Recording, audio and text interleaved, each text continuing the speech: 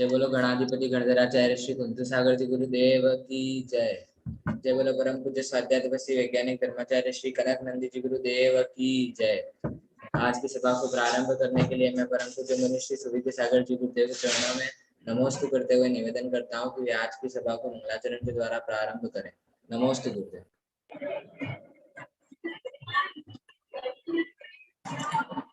जय बोलो अनंतानंत सिद्ध परमेष्टि भगवान की जय। जय बोलो अनंतानंत गुण संपन्न आदि ब्रह्मा वृषभनाथ भगवान की जय। जिनवाणी सरस्वती माता की जय। जय बोलो परम पूज्य गणाधिपति गणधराचार्य श्री कुंतु सागर जी गुरुदेव की जय। जय बोलो परम पूज्य शांति प्रदायक आचार्य भगवंत श्री कनक नंदी जी गुरुदेव की जय। सत्य सनातन जैन धर्म की जय। समस्त संत वृंद की जय। प्रिय धर्मात्मा,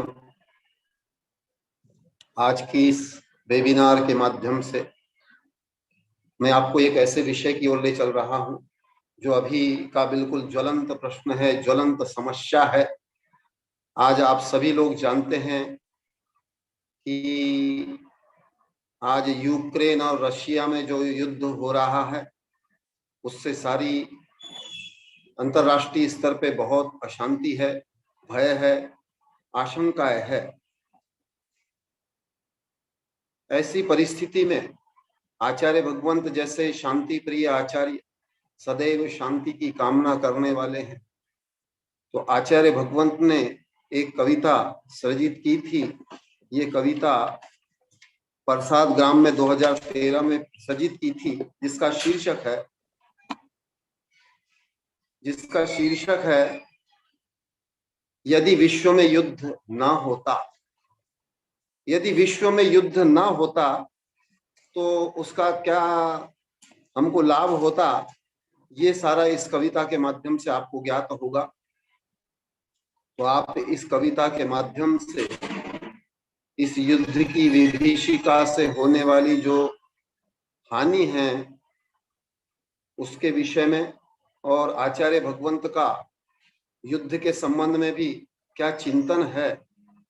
सामान्यतः युद्ध का विषय आते ही हम सब भयभीत हो जाते हैं, कंपित हो जाते हैं, लेकिन आचार्य भगवंत उस युद्ध को टालने के लिए या उस युद्ध से बचने के लिए क्या हमारे पास होना चाहिए, वो सब इस कविता के माध्यम से आचार्य भगवंत का चिंतन हम सबके लिए बहुत ग्रहणीय है और बहुत चिंतनीय, बहुत ही समीक्षाकारी है।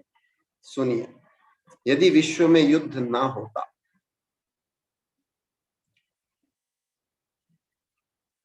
यदि न होता विश्व में युद्ध, कितना होता उत्तम। धन जन समय नष्ट न होते, विकास में विनिमय होते। यदि न होता युद्ध विश्व में, कितना होता उत्तम। धन जन समय नष्ट न होते, विकास में विनिमय होते। बुद्धि व खोज युद्ध में न होते, विकास में प्रयोग होते। पर्यावरण साधन घर ना नशते, नदी नाला खेती ना नशते। आक्रमण व प्रति आक्रमण का सिलसिला समाप्त होता। हत्या लूट बलात्कार विध्वंस, युद्ध बंदी विकलांग न होते। शांति समाधान सौहार्द बढ़ते, सहयोग एकता समन्वय। सर्वोदय हेतु चिंतन आचरण, तथा ही शोध बोध ध्यान। धर्म अर्थ काम मोक्ष पुरुषार्थ, तथा ही चारों आश्रम। समुचित रूप से विकसित होते, ना होता विनाश काम।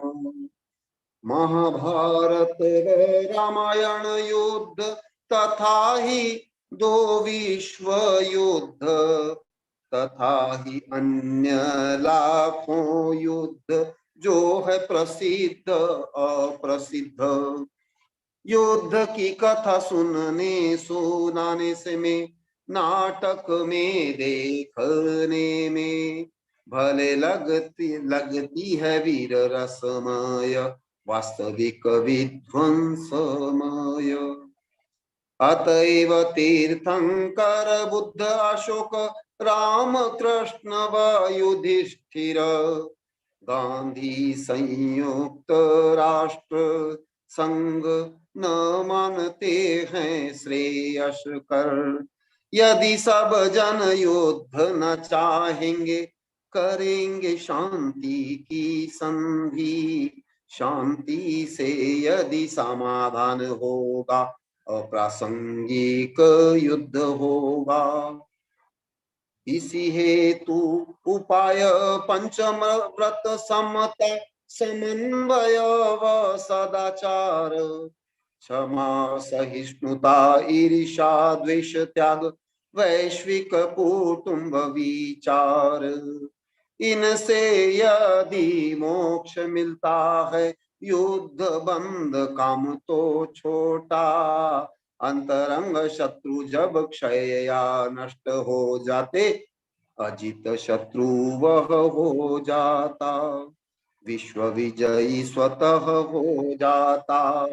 यह मार्ग ही सर्वोच्च उपाय, तीर्थंकर बुद्ध ने जो खोजा। अन्य उपाय है प्रतिक्रियावादी, कनक नंदी को यह सब भाया। यदि न होता युद्ध विश्व में, कितना होता उत्तम। धन जन समय नष्ट न होते, विकास में होते विनिमय। विकास में होते विनिमय। परमात्मा आचार्य भगवान हर विषय पर कितना गहन चिंतन रखते हैं, कितनी उस पे कमांड रखते हैं, कितना उस विषय में सोचते हैं, उसका पूर्वा पर विचार करते हैं। आध्यात्मिक शांत समता में संत होते हुए भी जितने भी लौकिक विषय हैं, चाहे वो राजनीति से कनेक्टेड हो या कानून हो, संविधान हो, विज्ञान हो, शिक्षा हो, धर्म हो, दर्शन हो, जो भी विषय, हर विषय में आचार्य भगवंत बहुत चिंतन से आगे अनुभव रखते हैं। भले किसी कार्य में, ऐसे कार्य में वो है नहीं, लेकिन उसको अपने प्रज्ञा चक्षु से, अपने विवेक से, अपने आगम ज्ञान से, अपने वैज्ञानिक और गणितीय करुणानुयोग के ज्ञान से कितना जानते हैं, इस कविता के माध्यम से आपको ज्ञात होगा। क्योंकि अभी वर्तमान की सबसे बड़ी अभी समस्या यही है। आज जो यूक्रेन और रूस में युद्ध चल रहा है, जो विश्व युद्ध होने की भी संभावनाएं जताई जा रही है, लेकिन इससे क्या होगा? इस युद्ध के माध्यम से आचार्य भगवंत अपना चिंतन, क्योंकि इतिहास में भी अनेक बड़े बड़े युद्ध हुए हैं, रामायण महाभारत और आदि ऐसे लाखों, लेकिन उससे क्या फल प्राप्त हुआ या क्या उसकी परिणति हुई, इस कविता के माध्यम से आपको ज्ञात होगा। आचार्य भगवंत लिख रहे हैं, यदि ना होता युद्ध विश्व में, कितना उत्तम होता। आचार्य भगवंत का एक दयालु मन, एक करुणामयी, विश्व कल्याणकारी भाव ये कह रहा है कि यदि ये विश्व में जितने भी युद्ध हैं ये ना होते तो कितना अच्छा होता, कितना उत्तम होता, कितनी शांति, कितनी समता, कितना समन्वय, कितना सुख होता। धन जन समय नष्ट ना होते, विकास में विनिमय होते। आचार्य भगवंत लिख रहे हैं कि इसमें हमारा जितना धन जन समय नष्ट होता है, वो सारा हम विकास में लगाते, हमारी सभ्यता संस्कृति के विकास में, हमारे आध्यात्मिक विकास में, मानवता से लेकर सर्व जीवों के कल्याण में यदि इसका विनिमय होता तो कितना श्रेष्ठ कार्य होता। ये आचार्य भगवंत की पीड़ा भी है और हम सबको भी इस कविता के माध्यम से चिंतन करना है, क्योंकि सामान्य जनों का ऐसे विषयों पे चिंतन नहीं जाता। वो सामान्यतः इसको एक सूचना रूप में ले लेते हैं, हाँ कहीं युद्ध हो रहा है, लेकिन क्यों होता है युद्ध, उसके क्या कार्य कारण है, क्या उसका इतिहास है और क्या उसका मनोविज्ञान है, आदि आदि उसमें अनेक आयाम है, क्या राजनीति है, क्या संविधान है, क्या कानून है, क्या सब इसको जानने के लिए हम आचार्य भगवंत की इन कविताओं के माध्यम से लाभान्वित हो रहे हैं। हमको लाभान्वित होना चाहिए। बुद्धि व खोज युद्ध में न होते, युद्ध में कोई बौद्धिकता का कार्य या खोज ये नहीं होता। बुद्धि व खोज युद्ध में ना होते, विकास में प्रयोग होते, पर्यावरण साधन घर ना नसते, नदी नाला खेती ना नसते। ये युद्ध की जो परंपरा चल रही है, युद्ध इतिहास से लेके प्राचीन काल से अभी वर्तमान में भी चल रहे हैं, इससे इसको रुक जा, ये युद्ध रुक जाता। आचार्य भगवंत बोल रहे हैं तो पर्यावरण साधन घर ना नसते, हमारे पर्यावरण को क्षति नहीं होती, हमारी प्रकृति को क्षति नहीं होती, हमारे साधन घर धन जन आदि इसका नाश नहीं होता। नदी नाला खेती ना नसते, हमारी नदियां हमारे नाले खेतियां इसका भी नाश नहीं होता यदि विश्व में युद्ध ना होता। आक्रमण व प्रति आक्रमण का सिलसिला समाप्त होता। युद्ध में क्या होता है, एक पक्ष आक्रमण करता है, दूसरा प्रति आक्रमण करता है, तो ये सिलसिला, ये जो क्रम है ये भी समाप्त हो जाता। हत्या लूट बलात्कार विध्वंस युद्ध बंदी विकलांग ना होते, हत्याएं नहीं होती, लूट नहीं होता, बलात्कार नहीं, विध्वंस नहीं, युद्ध बंदी विकलांग ना होते। युद्ध में जो बंदी बनाए जाते हैं विकलांग हो जाते हैं, रुग्ण हो जाते हैं, अन्य प्रकार से क्षति हो जाती है, वो सब नहीं होते यदि विश्व में युद्ध नहीं होता तो। शांति समाधान सौहार्द बढ़ते, सहयोग एकता समन्वय, और युद्ध नहीं होता तो स्वाभाविक है सर्वत्र शांति होती, समाधान होता, सौहार्द होता, बंधुत्व होता, सहयोग होता, एकता होती, समन्वय होता। सर्वोदय हेतु चिंतन आचरण, आचार्य भगवंत बोल रहे हैं कि यदि ये युद्ध नहीं होता तो सबका विकास कैसे हो, मानव जाति से लेकर सर्व जीवों का कैसे विकास हो, उनका कैसे उत्थान हो, कैसे सर्वोदय हो, इस हेतु ही चिंतन और आचरण होता। तथा ही शोध बोध ज्ञान, और इसी का शोध बोध ज्ञान होता है। लेकिन युद्ध होने पर ये सारा शोध बोध और ज्ञान कुछ नहीं होता, सिर्फ और सिर्फ सर्वनाश होता है। सर्वत्र हिंसा होती है, अशांति होती है, सर्वत्र कलह होता है, द्वंद्व होता है, प्रतिशोध होता है। ये सारे युद्ध की परिणतियां हैं जो हम इतिहास काल से, प्राचीन काल से लेके तो अभी तक देख रहे हैं। हमारे देश ने भी अनेक युद्ध हुए हैं और जिसके परिणाम आज हम राष्ट्र के विखंडन के रूप में भी देख रहे हैं। सर्वोदय हेतु चिंतन आचरण तथा ही शोध बोध ज्ञान, धर्म अर्थ काम मोक्ष पुरुषार्थ तथा ही चारों आश्रम। यदि ये युद्ध नहीं होता, देखो आचार्य भगवान कितना गहन चिंतन कर रहे हैं कि यदि ये युद्ध ना हो तो हम धर्म का, अर्थ का, काम का, मोक्ष चारों प्रकार के पुरुषार्थ समुचित कर पाते। तथा ही चारों आश्रम, हमारे चारों प्रकार के आश्रम भी, जो गृहस्थ आश्रम है, वानप्रस्थ, संन्यास आदि आश्रम हैं, वो भी हमारे आश्रम सुव्यवस्थित ढंग से चलते, समुचित रूप से विकसित होते, ना होता विनाश का। ये सब हमारे जीवन का जो पुरुषार्थ है, चारों आश्रम है, ये समान रूप से, समुचित रूप से इनका विकास भी होता और कोई विनाश नहीं होता। क्योंकि जीवन में जब तक शांति ना हो तब तक हमारा समुचित विकास संभव नहीं है। हम सामान्य रूप से भी किसी मानसिक व्याधि से, इस मानसिकता से अशांत हो जाते हैं तो उससे भी हमको कितनी पीड़ा होती है, कितना हमारा विकास रुकता है, ये सामान्य रूप से हम व्यवहार में भी समझते हैं।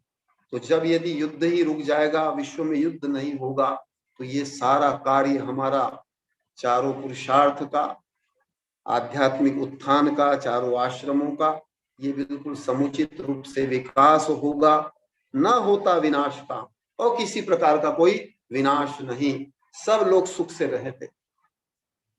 युद्ध होने पे क्या होता है, जितनी सभ्यता संस्कृति का भी विकास होता है उसका भी नाश हो जाता है। कोई भी सभ्यता संस्कृति आदि का विकास करने के लिए इतनी एक दीर्घकालिक परंपरा होती है, दीर्घकालिक प्रयास पुरुषार्थ होता है, अनेक युग लगते हैं तब जाकर के ये उपलब्धि होती है। लेकिन युद्ध होने पर कुछ ही समय में ये सब नष्ट भ्रष्ट हो जाता है।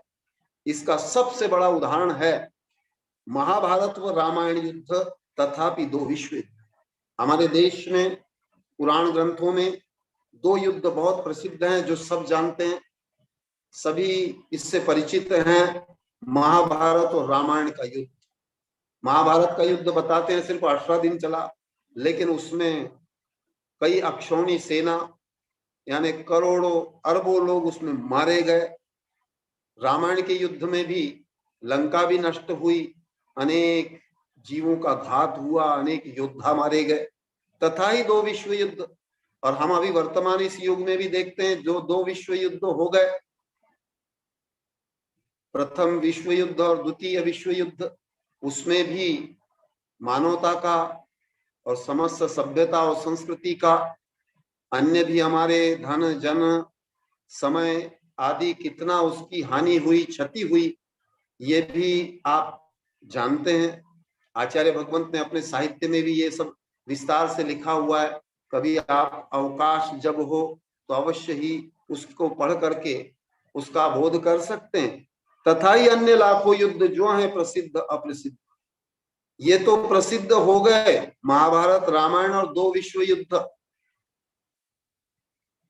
और इसके अतिरिक्त भी लाखों युद्ध हुए हैं जो प्रसिद्ध और अप्रसिद्ध, कई प्रसिद्ध हुए हैं, कोई अप्रसिद्ध भी है। लेकिन युद्ध ये हर काल में चलने वाली एक श्रृंखला है जो होते रहते हैं, जो नहीं होना चाहिए। युद्ध की कथा सुनने सुनाने में, नाटक में देखने में भली लगती है वीर रसमय, वास्तविक विध्वंस। आचार्य भगवंत देखो किस दृष्टि से चिंतन कर रहे हैं कि युद्ध की कथा चाहे हम शास्त्रों में पढ़ते हैं, हमारे जैन शास्त्र तो पूरे युद्ध का बहुत विस्तार से वर्णन करते हैं, बहुत उसकी कथा होती है, हिंदू ग्रंथों में भी है, अन्य भी साहित्यों में युद्ध की कथा मिलती है, और इसको हम सुनते भी हैं, सुनाते भी हैं। कई ऐसे लोक गीतों के माध्यम से भी हम अनेक ऐसे युद्धों का वर्णन सुनते हैं और नाटकों में भी देखते हैं। जैसे उदाहरण के लिए बुंदेलखंड में आल्हा उदल, उनकी लड़ाई का ही वर्णन है, महाभारत में पूरा लड़ाई का वर्णन है। ऐसे अनेक लोक कथाओं के माध्यम से भी, ऐसी लोकोक्तियों के माध्यम से भी हमको ज्ञात होता है युद्ध का। भले लगती है वीर रस में, ऐसी कथा सुनने में, सुनाने में या नाटक देखने में कोई सोचता होगा कि बड़ा वीर रस का वर्णन चल रहा है, वीर रस में इसका प्रतिपादन चल रहा है, लेकिन वास्तव में वो विध्वंसमय है। सुनने में तात्कालिक अच्छा भी लगे, लेकिन युद्ध तो युद्ध ही है, युद्ध से विध्वंस तो होता ही है, धन जन की हानि होती है, राष्ट्र बिखर जाते हैं, राष्ट्र नष्ट हो जाते हैं, ये सब युद्ध की दुष्परिणतियां होती हैं। अतएव तीर्थंकर बुद्ध अशोक राम कृष्ण व युधिष्ठिर, हमारे तीर्थंकरों ने भी जब वो गृहस्थ अवस्था में थे, चक्री थे, कामदेव थे और राजा थे, महाराजा थे, तब उन्होंने भी युद्ध लड़े। बुद्ध ने भी, अशोक ने भी, राम कृष्ण युधिष्ठिर, कृष्ण जी ने भी युद्ध लड़ा, राम ने भी युद्ध लड़ा, माने जितने हमारे महापुरुष हुए हैं उन्होंने भी युद्ध लड़े हैं। युधिष्ठिर ने भी युद्ध लड़े हैं, जिनको हम पांडव कहते हैं। गांधी संयुक्त राष्ट्र संघ न मानते हैं श्रेयस्कर। लेकिन ये भली महापुरुषों के द्वारा भी युद्ध किए गए हैं, लेकिन जो भी शांति के मसीहा हैं या शांति प्रिय लोग हैं वो उसको अच्छा नहीं मानते। गांधी भी जिस शांति की, अहिंसा की चर्चा करते थे वो भी यही है। आज संयुक्त राष्ट्र संघ भी हम देखते हैं अंतरराष्ट्रीय स्तर पे, वो भी यही चाहता है कि किसी प्रकार का युद्ध ना हो, अशांति ना हो। उसको कोई अच्छा नहीं मानते, श्रेयस्कर नहीं मानते। यदि सब जन युद्ध न चाहेंगे, करेंगे शांति की संधि, शांति से यदि समाधान होगा, अप्रासंगिक युद्ध होगा। यदि सभी लोग युद्ध न चाहें तो शांति हो सकती है, संधि भी संभव है, और शांति से यदि समाधान होगा, अप्रासंगिक युद्ध। और शांति के द्वारा ही जो वैमनस्य दूर होता है, समन्वय होता है, मैत्री होती है, ये यदि होगा तो युद्ध अप्रासंगिक होंगे, युद्ध की कोई आवश्यकता नहीं है। लेकिन युद्ध क्यों होते हैं इसका भी बड़ा मनोविज्ञान है। आचार्य भगवंत कहते हैं इसमें मुख्य रूप से वर्चस्ववादिता, अपना मान कषाय, परिग्रहवाद, इन सब कारणों से प्राचीन काल से लेके आधुनिक तक जितने भी युद्ध हुए हैं, इसके मूल में यही सब कषाय है, मान कषाय है, परिग्रह पाप है। इसके कारण ही सब ये युद्ध की विभीषिका होती है, जिससे धन जन की हानि होती है, अशांति होती है, संस्कृति और सभ्यताएं नष्ट होती है। इस हेतु है उपाय पंचव्रत, समता, समन्वय, सदाचार। आचार्य भगवंत यदि बड़ी विशेषता है, यदि कोई समस्या है तो उसका समाधान भी प्रस्तुत करते हैं। अपने गद्य पद्य में, साहित्य में आचार्य भगवंत ने इसका प्रचुर अनेक विषयों का ऐसा वर्णन किया। यदि कोई समस्या है तो उसका समाधान भी निश्चित है। तो आचार्य भगवंत बोलते हैं कि इस युद्ध से बचना है तो इसका सबसे श्रेष्ठतम उपाय है पंचव्रतों का धारण करना। अहिंसा, सत्य, अचौर्य, ब्रह्मचर्य और अपरिग्रह, इसको अनुव्रत रूप में या महाव्रत रूप में जब स्वीकारते हैं तो ये सब कोई द्वंद्व ही नहीं रहता, कोई युद्ध का कारण नहीं बचता, और समता धारण की जाती है। समन्वय और सदाचार को जब धारण किया जाता है तब ये सब कोई समस्या रहती नहीं, युद्ध आदि की ये द्वंद्व रहता ही नहीं है। इस हेतु है उपाय पंचमत, समता, समन्वय, सदाचार, क्षमा, सहिष्णुता, ईर्ष्या, द्वेष, त्याग, वैश्विक कुटुंब विचार। इसका उपाय है, और भी आगे बता रहे हैं, क्षमा धारण करना, क्षमा भाव धारण करना, सहिष्णुता का भाव होना, ईर्ष्या द्वेष का त्याग करना, और सारे वैश्विक कुटुंब, जैसे हम कल परसों भी मैंने आपको बताया था, हमारी संस्कृति का मूल मंत्र है वसुधैव कुटुंबकम।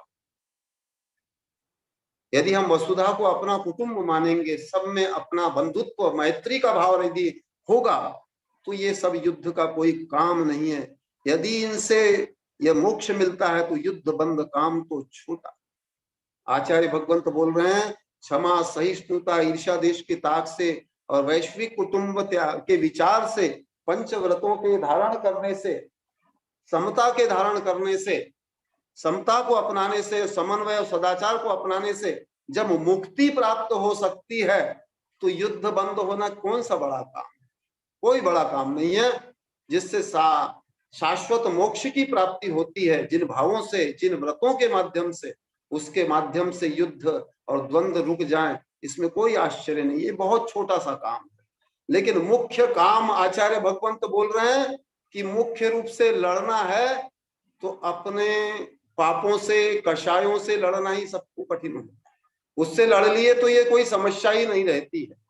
और जैन धर्म में इसका सर्वश्रेष्ठ रूप है, एक समग्र रूप है। यहाँ पे हमारे यहाँ जो भी सूत्र, परस्पर ग्रहो जीवा नाम हो, अहिंसा परमो धर्म हो, या अन्य हम जो भी सूत्र, सत्वेषु मैत्रीम आदि जितने भी सूत्र हमारे यहाँ पर हैं, शास्त्रों में जो वर्णन है वो इसी दृष्टि से है कि जीव जब तक व्रतों को धारण नहीं करेगा तब तक ये युद्ध आदि की समस्या कभी समाप्त नहीं होगी। आज विश्व में बड़े बड़े बुद्धिजीवी लोग, बड़े बड़े ज्ञानी लोग, शोधकर्ता, वैज्ञानिक इन समस्याओं पर विचार करते हैं, लेकिन जैन धर्म इसको समग्र रूप से इसका समाधान प्रस्तुत करता है। आचार्य भगवंत प्रस्तुत करते हैं। आचार्य भगवंत हमेशा कोई न्यायाधीश भी आते हैं उनसे यही चर्चा करते हैं कि ये जितनी कानून की धाराएं हैं, ये कानून का जो जाल है जिसमें व्यक्ति फंसता है, कानून की कोई आवश्यकता नहीं, संविधान की भी कोई आवश्यकता नहीं। आचार्य भगवंत बोलते हैं यदि सिर्फ इसका उपाय है 4 प्रकार की कषाय और 5 प्रकार के पापों का त्याग कर दे, तो हमको कोई दुनिया का कोई संविधान, कोई कानून, कोई व्यवस्था हमको बाधित नहीं कर सकती, क्योंकि ये शांति के मूल उपाय है। समता प्राप्ति के, मुक्ति प्राप्ति का यही सोपान है।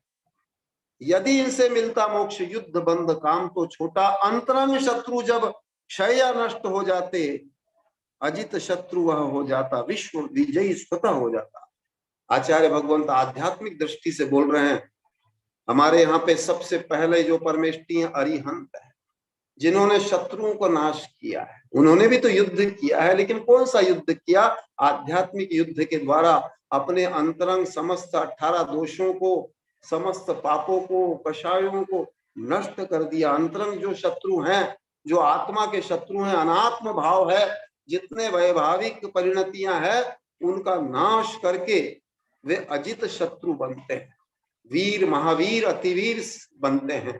हमारे सब समस्त महापुरुष, समस्त तीर्थंकर, समस्त हमारे जितने भी केवली हुए, महापुरुष हुए, पंच परमेष्ठी हुए, वो सब अजित शत्रु होते हैं, वो विश्व विजयी होते हैं, क्योंकि अपने कषायों पर, अपने पापों पर विजय प्राप्त करने वाला ही विश्व विजयी है।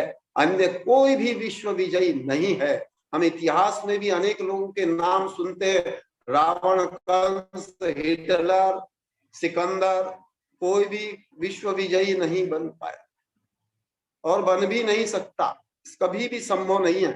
भले वो कितना भी शक्तिशाली हो, भौतिक उसके पास साधन हो, लेकिन उससे कभी भी शांति की प्राप्ति नहीं हो सकती। कोई समाधान कभी 3 काल में संभव नहीं।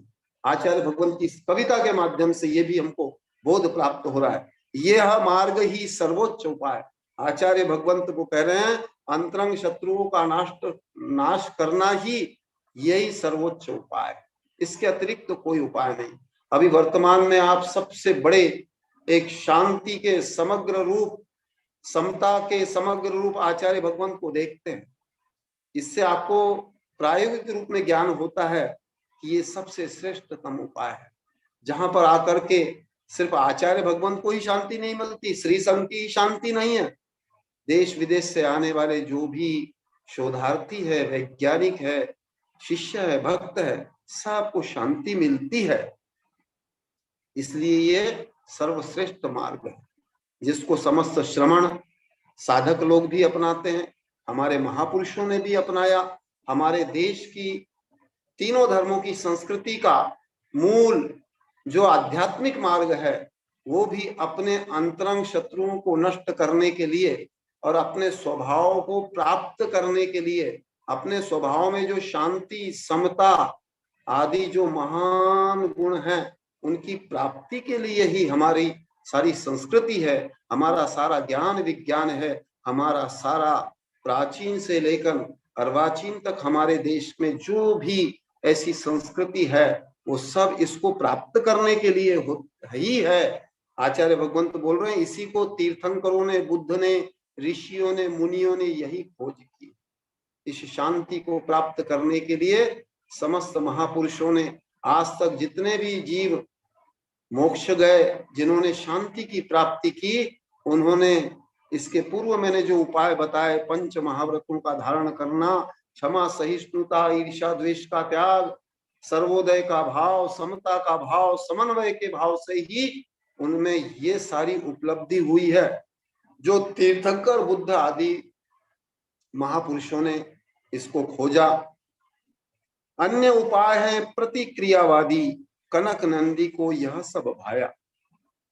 इसको छोड़ करके, इस आध्यात्मिक उपाय को छोड़ करके, पापों से दूर होकर निष्पाप होने के उपाय को छोड़ करके अन्य जो भी उपाय किए जाते हैं, वो चाहे किसी भी राष्ट्र में हो, देश में हो, किसी परिवेश में हो, वो सब प्रतिक्रियावादी हैं। जैसे आज भी युग प्रतिक्रियावाद पे जो चल रहे हैं, उनको कभी भी ये समाधान संभव नहीं है। इसलिए आचार्य भगवंत कनक नंदी जी गुरुदेव भी अपने अनुभव से बता रहे हैं कि मुझे भी ये शांति, समन्वय, समता का मार्ग ही मुझे भाता है। यही सर्वश्रेष्ठ मार्ग है, एक शाश्वत मार्ग है, जो कालजयी मार्ग है। इसके अतिरिक्त तो कोई भी उपाय कभी भी 3 काल में संभव नहीं है। इसलिए हमको उस शाश्वत जो मार्ग है, शाश्वत जो उपाय है, शाश्वत समाधान है, उसको ही निरंतर भावना में भाना चाहिए। उसकी प्राप्ति में ही अपना पुरुषार्थ और प्रयास लगाना चाहिए। यही इस कविता का भाव है। इसलिए आचार्य भगवंत देखो युद्ध के बारे में भी कैसा चिंतन करते हैं, और इस युद्ध से ही आचार्य भगवंत ने अनेक बार बताया है कि युद्ध तो विनाशकारी ही है, ये कभी भी श्रेयस्कर संभव ही नहीं है। लेकिन बड़े बड़े जो वैरागी जन हुए हैं, इन युद्ध होने के बाद हुए। दिलीप राजा का उदाहरण है। अनेक हमारे महापुरुषों के पुराण ग्रंथों में, अभी हम लोगों ने भी श्री संघ में पुराण ग्रंथों का जो स्वाध्याय किया, उसमें भी यही आया कि युद्ध क्षेत्र से ही कई महापुरुषों को वैराग्य हुआ और वो मोक्ष को प्राप्त हुए।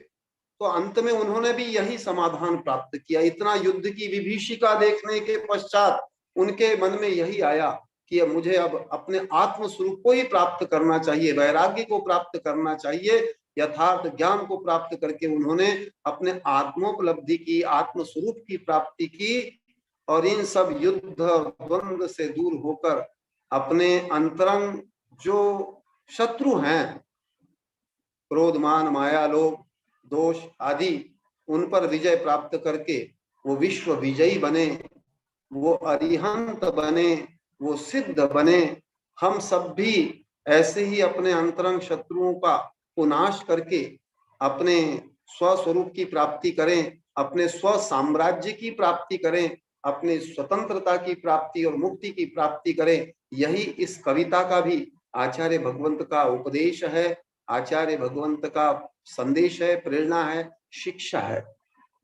तो इस शीर्षक जो दिया है आचार्य भगवंत, यदि विश्व में युद्ध ना होता, तो विश्व में युद्ध तभी नहीं होगा जब हम अपने आध्यात्मिक स्वरूप का ज्ञान, भान और प्राप्ति करेंगे, तो कभी भी युद्ध संभव नहीं है। लेकिन ऐसा कभी भी संभव नहीं है कि युद्ध नहीं होंगे। भौतिक जगत में तो युद्ध चलते रहेंगे, लेकिन ऐसी परिस्थिति में हमें शिक्षा और इससे प्रेरणा यही प्राप्त करनी है कि अपने अंतरंग शत्रुओं को जीतना है और अपने स्व वैभव और स्व साम्राज्य को, स्व सत्ता को प्राप्त करना है। इसके अतिरिक्त कोई दूसरा मार्ग नहीं है। तो आचार्य भगवंत की इस कविता के पश्चात इसी से रिलेटेड एक कविता है, शांति प्राप्ति के पूर्ण रहस्य। अब शांति की प्राप्ति कैसे हो, ये प्रश्न हम लोग उदयपुर में भी जब बेदला गांव में बैठे थे, मनोहर सिंह जी कृष्णावत के बंधु आए थे, वो बोले सब शांति शांति कहते हैं, लेकिन ये शांति होती क्या है, इसका स्वरूप क्या है और किसने प्राप्त की है, ये मुझे समझ में नहीं आता। तो इसलिए मैंने आपको अभी प्रत्यक्ष में, प्राचीन काल में तो हमारे अनेक उदाहरण हैं महापुरुषों के, लेकिन वर्तमान में शांति के का एक समग्र रूप यदि देखना है, आचार्य भगवंत कनक नंदी जी के पास में बिल्कुल निर्द्वंद, निराडंबर, निष्प्रहता, वीतरागता, अपरिग्रह, अनेकांतवाद, अंत्योदय से सर्वोदय भाव से जायमान जो शांति अभी है, जिसको आप लोग भी अनुभव करते हैं, और अभी इसको अनुभव करते करते इस कॉलोनी में तीसरा वर्ष प्रवास का प्रारंभ हो गया है और आप निरंतर इसकी अनुभूति कर रहे हैं, तो इसके माध्यम से इस शांति को आप अनुभव कर सकते हैं। शांति प्राप्त करना कठिन भी है लेकिन सरल भी है, लेकिन वो कैसे प्राप्त होती है, ये रहस्य आचार्य भगवंत की ये शांति प्राप्ति के पूर्ण रहस्य के माध्यम से आपके लिए प्रस्तुत है। शांति प्राप्ति के पूर्ण रहस्य। सत्य के मार्ग पे चलते रहो, समता शांति का भाव धरो, स्वपर विश्व हित भाव धरो, अपेक्षा उपेक्षा की चिंता छोड़ो, सत्य के मार्ग पे चलते रहो, समता व शांति का भाव धरो, ख्याति पूजा लाभ की चाह छोड़ो, राग द्वेष मोह का भाव छोड़ो, माने कोई बुरा की चिंता छोड़ो, वाद विवाद में मत पड़ो, सत्य के मार्ग पे चलते रहो, समता व शांति का भाव धरो, सभी का प्रिय ना कोई हुआ, सभी से मान्य न कोई हुआ, सभी के भावना साम्य होते, वैषम्य ही संसार होता, सत्य के मार्ग पे चलते रहो, सत्य के मार्ग पे चलते रहो। एक मिनट।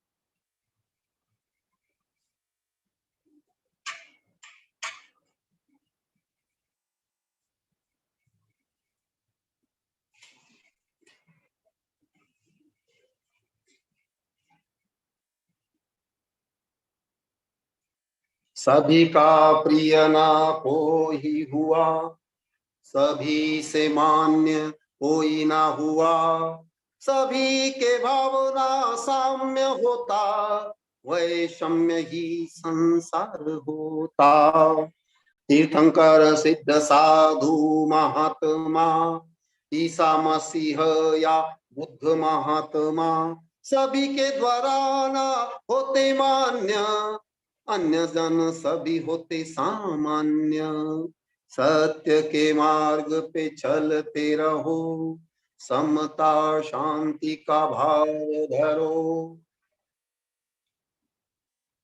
विभिन्न विभिन्न कर्म होते सभी जीव में, विभिन्न भाव होते अतः जीव में, कर्म से रहित जब जीव होंगे, तब ही समान ही भाव रहेंगे, सत्य के मार्ग पे चलते रहो, समता व शांति का भाव धरो, कर्म रहित हेतु सत्य पालो, समता शांति ध्यान धरो, आत्म विशुद्धि द्वारा कर्म नाशो, ज्ञानानंदमय रूप प्रकाशो, सत्य के मार्ग पे चलते रहो।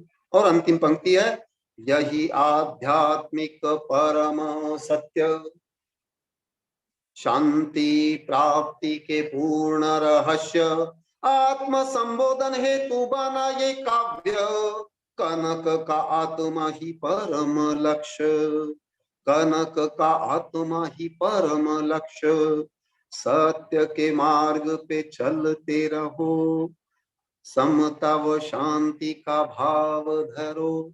देखो कितना सुंदर समाधान आचार्य भगवंत ने इस कविता के माध्यम से प्रस्तुत किया है।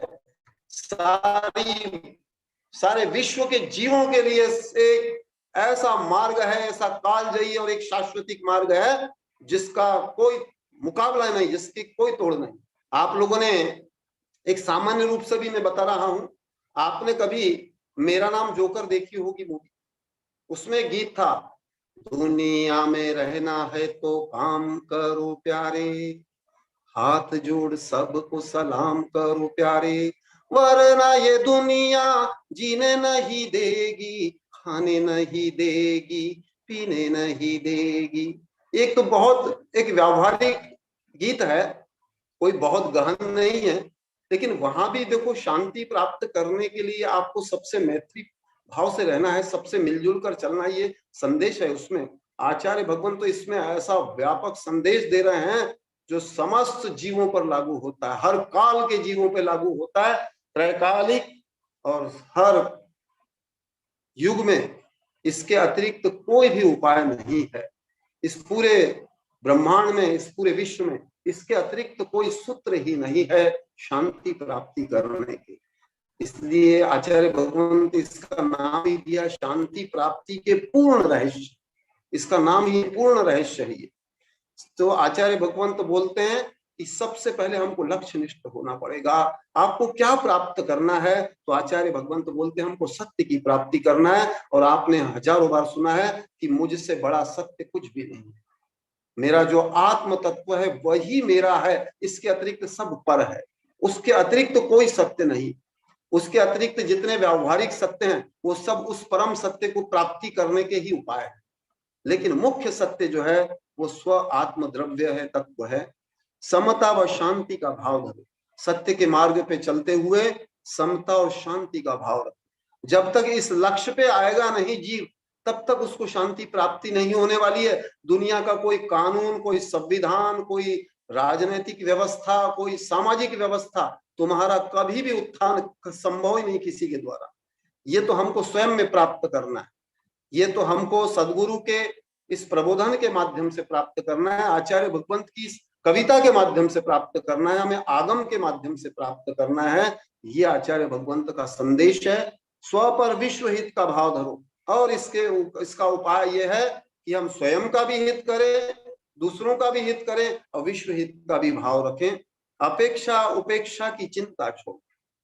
किसी से ज्यादा अपेक्षा रखना, उपेक्षा रखना, ये भी अशांति का कारण होता है। आप किसी से अपेक्षा रखेंगे और अपेक्षा की पूर्ति नहीं होगी तो आप बिल्कुल अशांत हो जाएंगे। इसलिए अपेक्षा उपेक्षा की चिंता छोड़ो, ये भी सूत्र दे रहे हैं। इन सूत्रों को अभी धीरे धीरे मनोविज्ञान भी इस ओर बढ़ रहा है। हम लोग अभी सैकड़ों पुस्तकें विदेशी भी पढ़े हैं, मनोवैज्ञानिक भी इन तथ्यों को, इन सत्य को समझ रहे हैं और धीरे धीरे इस ओर बढ़ रहे हैं। वो भी ये मान रहे हैं कि शांति प्राप्ति करने का इससे श्रेष्ठ उपाय नहीं। लेकिन ये जो आचार्य भगवंत ने इस कविता के माध्यम से सुझाया है, ये श्रेष्ठतम मार्ग। दुनिया के कोई वैज्ञानिक हो, कोई मतावलंबी हो, किसी परिवेश, देश विदेश के लोग हो, परिवेश के हो, वैश्विक, इसके अतिरिक्त कोई शाश्वत उपाय नहीं है। और हमारे देश में जो भी आध्यात्मिक मार्ग है, जो तीनों धर्मों में है, हमारी संस्कृति का जो केंद्र है वो शांति प्राप्ति का ही मार्ग है। आगे आचार्य भगवंत लिख रहे हैं कि ख्याति पूजा लाभ की चाह छोड़ो। अशांति का एक बड़ा कारण है गेन, फेम और नेम। आप जितनी इसकी अपेक्षा करेंगे ये भी एक बड़ा अशांति का कारण है। ठीक है, भौतिकता का बड़ा आकर्षण होता है मिथ्या दृष्टि जीव में, स्वाभाविक है, क्योंकि जीव अनादिकाल से उसी में रचा पचा है, इसलिए आकर्षण उसमें होता है। लेकिन उसकी अनुभवहीनता के कारण, उस अज्ञान कुज्ञान के कारण, मिथ्यात्व के कारण उसको जीव भाव को कभी भान ही नहीं होता कि इससे मेरा दुखड़ा बढ़ ही रहा है। उसकी दुख की वो श्रृंखला समाप्त होती नहीं है, वो निरंतर चलती रहती है। लेकिन मोह के वशीभूत होकर जीव ये समझ नहीं पाता। लेकिन आचार्य भगवंत बोल रहे हैं कि आपको ख्याति पूजा लाभ की चाह छोड़ने से और राग द्वेष और मोह का भाव छोड़ने पर ही शांति की प्राप्ति। और हमारे जितने महापुरुष हैं जिनके पास इतनी सत्ता, संपत्ति, बुद्धि, सब कुछ था उनके पास में, हमारे यहाँ जितने मानवों में श्रेष्ठ हुए हैं, चक्रवर्ती हुए, नारायण प्रति नारायण हुए, तीर्थंकर हुए, उनके पास सर्वश्रेष्ठ उपलब्धियां थी। देवों के पास भी, इंद्र के पास भी उपलब्धियां होती है, लेकिन वो शाश्वतिक नहीं है, वो सब नाशवान है। जितनी भौतिक उपलब्धियां हैं, सत्ता, संपत्ति, बुद्धि, ये सब नष्ट होने वाली है। आचार्य भगवंत बोलते हैं इसलिए राग द्वेष और मोह का भाव छोड़ने पर ही जीव को शांति है। यदि हम धर्म के नाम पर भी ये सब करते हैं, राग द्वेष मोह करते हैं, ख्याति पूजा लाभ करते हैं, तो वो धर्म भी हमारे लिए अशांतिकर हो जाता है। जैसा हम वर्तमान में अभी देखते हैं, प्रायोगिक रूप में देखते हैं कि आज सारे धार्मिक क्षेत्र में भी अशांति का बड़ा कारण यही है। बाहर से भले ही वो आपको बड़ा तात्कालिक आकर्षक भी लगता हो, आप किसी स्वार्थवश, मोहवश उसके अधीन होते हैं, उससे प्रभावित होते हैं, लेकिन उससे अशांति प्राप्त होती है। यह अनुभव आप भी हजारों बार यहाँ के सारे आचार्य भगवंत के शिष्यों ने, श्रोताओं ने, प्रतिभागियों ने अनेक बार बताए हैं। सभी का प्रिय आचार्य भगवंत आगे बोल रहे हैं कि सभी का प्रिय कोई ना हुआ, माने कोई बुरा की चिंता छोड़। यदि कोई बुरा मानता है इसकी भी चिंता छोड़ना पड़ेगा। ये भी एक सबसे बड़ी समस्या है हमारी अशांति, जो आपने भी अभी गत वर्षों में और वेबिनार के माध्यम से स्वीकार किया है कि हमारी सबसे बड़ी समस्या है कि दूसरे मेरे बारे में क्या सोचते हैं, दूसरे क्या कहेंगे। यानी 25 कषाय छोड़ना तो सरल है, लेकिन ये 26वीं कषाय नहीं छूटती कि मुझे कोई क्या समझेगा। और यही हमारी अशांति का सबसे बड़ा मूल है यहां से, कि हमारे को बारे में कोई क्या सोचेगा। माने कोई बुरा की चिंता छोड़ो, वाद विवाद में मत पड़ो। आचार्य भगवंत कह रहे हैं कि कोई बुरा मानता है इसकी चिंता छोड़ना पड़ेगा। जो अनावश्यक वाद विवाद है इसमें भी नहीं पड़ता, ये अशांति का कारण है। लेकिन इस पॉइंट पर आना या इस भाव में आने के लिए आचार्य भगवंत जैसे प्रबोधक की, आचार्य भगवंत जैसे सर्वजीव कल्याणकारी सदगुरु की ही हमें अभी आवश्यकता है। और आप लोग ऐसे सदगुरु को प्राप्त करके और जो अपने को धन्य अनुभव कर रहे हैं, आप अनुभव करते हैं कितनी शांति है। आचार्य भगवंत की इस वाणी में ही कितनी शांति मिलती है, इन कविताओं से कितनी शांति मिलती है, इसकी जरा कल्पना करो। जिनकी रचना इतनी सुंदर, वो कितने सुंदर होंगे, वो कितने शांत हैं, ये भी आप निरंतर कल्पना करें। सभी का प्रिय ना कोई हुआ, सभी से मान्य ना कोई हुआ। इस संसार में हम देखते हैं कभी भी सबका कोई प्रिय हो जाए, सबसे मान्य हो जाए, ऐसा कभी भी तीन काल में संभव नहीं है। किसी महापुरुषों को भी लोगों ने विरोध किया, उनके सत्य को भी नकारने का एक दुस्साहस किया है। आप सबसे बड़ा उदाहरण देखें, प्रथम तीर्थंकर हमारे आदिनाथ स्वयं तीर्थंकर, जिनके पुत्र चक्रवर्ती भरत, जिनका पुत्र कामदेव, जिनके पुत्र गणधर, जिस परिवार में ऐसे महापुरुष हुए, ऐसे दिग्गज हुए, वहां पर भी एक विद्रोही हुआ था, मरीचि कुमार। तो वो कोई सभी लोग मान्य करेंगे ऐसा जो नहीं, परिवार में भी अमान्य कर देते, तो उसकी चिंता भी छोड़ना पड़ेगा। आदिनाथ ने, भरत ने ये सब चिंताएं छोड़ी, तब उनका तो उत्थान हो गया, वो मुक्ति को प्राप्त हुए। और मरीचि कुमार अनंत संसार में परिभ्रमण करके अंत में उनको भी इसी शांति के मार्ग पे आना पड़ा। सिंह की पर्याय में जब उनको देशना प्राप्ति हुई, वही जीव महावीर बन करके 24वें तीर्थंकर के रूप में और मुक्ति को प्राप्त हुए, शांति को प्राप्त हुए, परम शांति को। तो इसके अतिरिक्त कोई दूसरा मार्ग नहीं है, और ये श्रेष्ठतम उदाहरण है हमारे लिए। सभी के भाव न साम्य होते, वैषम्य ही संसार। और इस संसार में सबका भाव ऐसा समान कभी भी संभव नहीं है। जो लोग इसके लिए भी युद्ध और द्वंद्व करते कि सब एक जैसे हो जाएं, आज भी इस पृथ्वी पर ऐसे ऐसे मत हैं, ऐसे ऐसे धर्म के नाम पर पाखंड रचने वाले हैं जो सबको सम्मान कर देना चाहते हैं, लेकिन ऐसा तीन काल में संभव नहीं है। वैषम्य ही संसार। इस संसार का दूसरा नाम है विषमता। जहां विषमता है उसी का नाम संसार है। हम चतुर्गति रूप, पंच परावर्तन रूप, 84 लाख योनि रूप जो संसार का जो चिंतन करते हैं, संसार भावना भाते हैं, उस भावना में यही भाते हैं कि सारा संसार विषमतामय है। उस संसार की विषमता से पार जाने के लिए ही हम धर्म का पालन करते हैं, गुरु की उपासना करते हैं, गुरु से ज्ञान प्राप्त करके और अपने आत्म स्वरूप को प्राप्त करने के लिए पुरुषार्थ करते हैं। उसके लिए ही ये सारी धार्मिक व्यवस्थाएं हैं।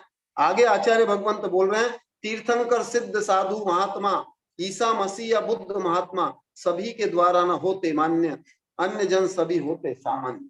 आचार्य भगवंत ने महापुरुषों के बारे में अनेक बार आपको बताया है कि चाहे कोई तीर्थंकर हो, सिद्ध हो, साधु महात्मा हो, ईसा मसीह, बुद्ध हो, इनको अपने स्वयं के लोगों ने, उनके परिवारजनों ने ही स्वीकार नहीं किया। आचार्य भगवंत बुद्ध का भी उदाहरण देते हैं, उनके ही शिष्यों ने उनका विरोध किया, उनको भ्रष्ट माना। ऐसा कभी भी संभव नहीं है तीन काल में। तीर्थंकरों का भी विरोध हुआ, और जो भी व्यक्ति सत्य के मार्ग पे चलेगा उसका विरोध होगा। लेकिन सत्य और शांति, समता को वही व्यक्ति प्राप्त हो सकता है जो इन सब की परवाह छोड़े। आचार्य भगवंत एक सूत्र हमेशा देते हैं, सुनियोजित लापरवाह। आपको लापरवाह होना पड़ेगा। आप इसकी जितनी परवाह करेंगे आप उतने अशांत होंगे। जितनी इसकी परवाह छोड़ेंगे, जितनी इसकी चिंता छोड़ेंगे, जितना इसका विकल्प और संकल्प छोड़ेंगे, उतना ही आप शांति के समीप जाएंगे। आप आगे लिख रहे हैं, सभी के द्वारा न होते मान्य, अन्य जन सभी होते सामान्य।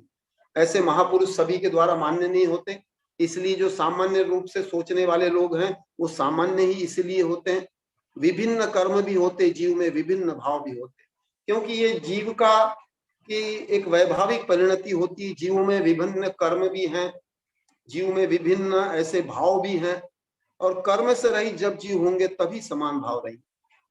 आचार्य भगवंत भी हमेशा बताते हैं, करुणान योग से भी बताते हैं कि जीव जब मुक्ति को प्राप्त हो जाएगा, पूर्णतः कर्म से रहित होगा, वहां जाकर के इक्वल हो जाएगा, समान हो जाएंगे भाव। उसके पूर्व संसार में रहते हुए कभी भी किसी के समान भाव हो, कि कभी भी संभव नहीं है, तीन काल में संभव नहीं है। और कर्म रहित हेतु सत्य पालो, समता शांति ध्यान धरो। और उस कर्म से रहित जो संसार का कारण, जो कर्म है, जो विषमता के कारण है, उससे रहित होने हेतु ही सत्य का पालन करना है। और सत्य का पालन करने के लिए समता शांति और ध्यान धारण करना है। आत्मविशुद्धि द्वारा कर्म नाश।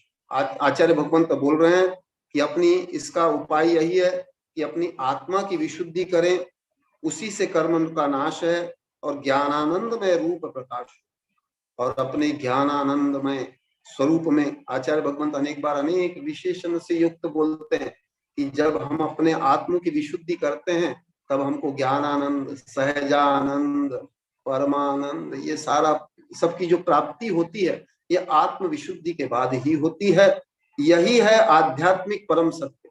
आचार्य भगवंत बता रहे हैं कि यही एक आध्यात्मिक परम सत्य है, इसके अतिरिक्त कोई भी शांति और समता प्राप्त करने का कोई मार्ग नहीं है। यही सबसे बड़ा रहस्य है, महारहस्य है। इसके अतिरिक्त तीन काल तीन लोक में कहीं कोई दूसरा रहस्य नहीं है, और ये एक सर्वमान्य रहस्य है।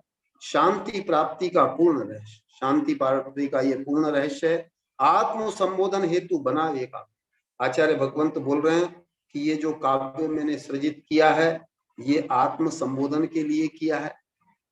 कनक का आत्मा ही परम लक्ष्य। आचार्य भगवंत जो भी कविता सृजित करते हैं अपने आत्म संबोधन के लिए, मैं भी जो कविताओं का पाठ कर रहा हूं अपनी स्वयं की समता शांति की प्राप्ति के लिए भक्ति से कर रहा हूं। मेरा इसमें और कोई भी प्रयोजन नहीं है। आप यदि उससे लाभान्वित होते हैं, आचार्य भगवंत भी बोलते हैं कि मैंने आत्म संबोधन के लिए बनाया, आत्म सुधार के लिए बनाया, मैंने भी आत्म सुधार के लिए उद्देश्य से ये गाया और आपको सुनाया। इससे आप भी लाभान्वित होना चाहते हैं तो बिल्कुल स्वागत है, आप भी लाभान्वित हो। और कनक का आत्मा ही परम लक्ष्य। आचार्य भगवंत अपनी अनुभूति से बोल रहे हैं मेरा तो परम लक्ष्य यही है। और आज सुबह भी वो आचार्य भगवंत बोल रहे हैं कि मेरा तो बस यही लक्ष्य है, और मुझे अब धीरे धीरे समस्त द्वंद्वों से पार होकर के बस अपने स्वरूप की प्राप्ति कैसे हो इसका ही पुरुषार्थ निरंतर कर रहे हैं। और उसके लिए ही यहाँ प्रवास कर रहे हैं, उसके लिए ही वेबिनार कर रहे हैं, उसके लिए ही ये सब ज्ञान दान कर रहे हैं, आदि आदि जो भी कर रहे हैं, ज्ञान ध्यान और समस्त समता का धारण, समस्त विकल्पों से दूर होना, ये सब शांति की प्राप्ति के लिए। और आचार्य भगवंत शांति के एक श्रेष्ठतम रूप है। धर्म क्षेत्र में अन्यत्र कहीं भी ऐसी शांति धर्म के नाम पर भी, और आचार्य भगवंत का तो सबसे बड़ा शोध है कि इस पृथ्वी पर या विश्व इतिहास को देख ले, सबसे ज्यादा यदि द्वंद्व होते हैं तो वो धर्म के नाम पर ही होते हैं। धर्म के नाम पर ही पाखंड होता है, धर्म के नाम पर ही सारी ये विषमताएं होती है। लेकिन उसी धर्म से ही हमको समता की भी प्राप्ति होती है। लेकिन वो धर्म जब यथार्थ धर्म होता है, वस्तु स्वभाव धर्म होता है, अनेकांतमय धर्म होता है, सत्य समता का धर्म होता है, ख्याति पूजा लाभ प्रसिद्धि छोड़ करके अपने स्वभाव की प्राप्ति रूप, आत्म विशुद्धि रूप और अपने परम स्वरूप की प्राप्ति स्वरूप जब हमारा पुरुषार्थ होता है, वही शांति का बड़ा सोपान है, वही शांति का बड़ा कारक है। इसको छोड़ करके तीन लोक तीन काल में कभी भी अन्य कोई मार्ग नहीं है। अन्य इसको छोड़कर जो भी है वो सब उन्मार्ग है, वो सब गलत मार्ग है। भले ही लौकिक जीवन में हम देखते हैं कि अनेक प्रकार के लोग हमको भ्रमित करने के लिए अज्ञानी बनाते हैं, हमारा शोषण करते हैं, हमारी प्रवंचनाएं होती है, लेकिन उन सब प्रवंचनाओं से बच करके आचार्य भगवंत की इन 2 कविताओं को आप समझेंगे। एक में जिसमें आचार्य भगवंत ने बोला है यदि विश्व में युद्ध ना होता, और शांति प्राप्ति के पूर्ण रहस्य, इस रहस्य को आचार्य भगवंत के आगमोक्त वैज्ञानिक और ऐसे प्रगतिशील भाव से यदि आप समझेंगे तो आपके जीवन में निश्चित ही ये शांति समता वैसे तो आ रही है आपके जीवन में, और भी अधिक उत्तरोत्तर इसकी प्राप्ति होगी। आप लोग भी निरंतर ये समस्त द्वंद्वों से पार जाकर के ऐसी क्षमता शांति के जो ये रहस्य बताए हैं आचार्य भगवंत ने अपनी कविता से, उसको प्राप्त करें, और उसको प्राप्त करके और अपने स्वरूप की प्राप्ति करें, यथार्थ धर्म का फल प्राप्त करें, यथार्थ गुरु भक्ति का फल प्राप्त करें। ऐसी भावना के साथ जय बोलो परम पूज्य शांति समता के धारक आचार्य भगवंत श्री कनक नंदी जी गुरुदेव की जय।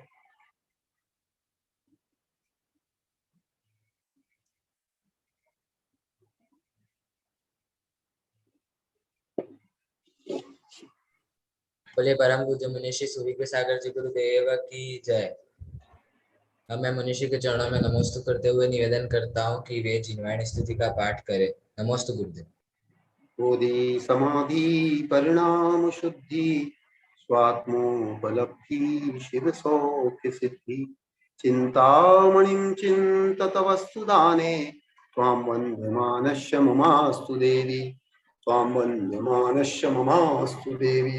सर्वे भवन्तु सुखिनः, सर्वे सन्तु निरामया, सर्वे भद्राणि पश्यन्तु, मा कश्चित् दुःखमाप्नुयात्, मा कश्चित् दुःखमाप्नुयात्। ओम शांति शांति शांति।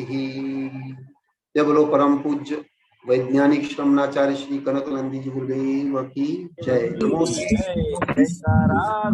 गुरुदेव का जय। नमस्ते गुरुदेव, नमस्ते जय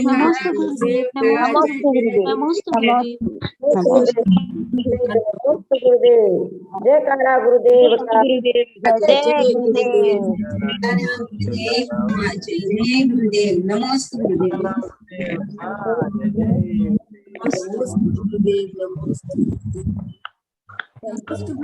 नमोस्तु गुरुदेव, नमोस्तु गुरुदेव। जीवे पूज्य वंदामि नमः स्वामी। दुःख को लीलाओ सुगे गमनम समाधि नमस्ते।